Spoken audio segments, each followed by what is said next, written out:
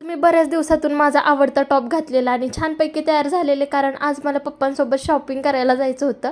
माझी शॉपिंग नव्हती करायची, पप्पांची शॉपिंग करायची होती. त्याआधी सकाळी सकाळी मी जरा हेल्दी नाश्ता करायचा थोडंफार नाटक केलं. अशी नाटकं मी थोडीफार करते मध्ये आधी. त्यानंतर उन्हातानाचं आम्ही शॉपिंग करायला गेलो. त्याआधी आम्ही जरा मंडईमध्ये फिरलो. आम्हाला आमरस करायचं होता आज रात्री, त्यामुळं आम्हाला आंबे घ्यायचे होते.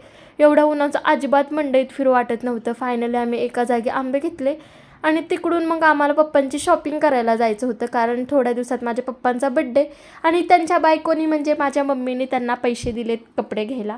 म्हणजेच हे जे कपडे आहेत ना, ते मम्मीकडून पप्पांसाठी बड्डे गिफ्ट आहेत. आणि पप्पा एवढे जास्त वेळ लावत होते ना कपडे घ्यायला, मी तर बोर झालेली.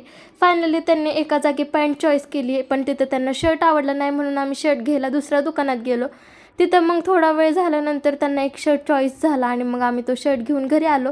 आणि जसं मी मम्मी पप्पांसमोर माझे कपडे दाखवते, तसं ते त्यांच्या बायको आणि आईसमोर त्यांचे कपडे घेतलेले दाखवत होते.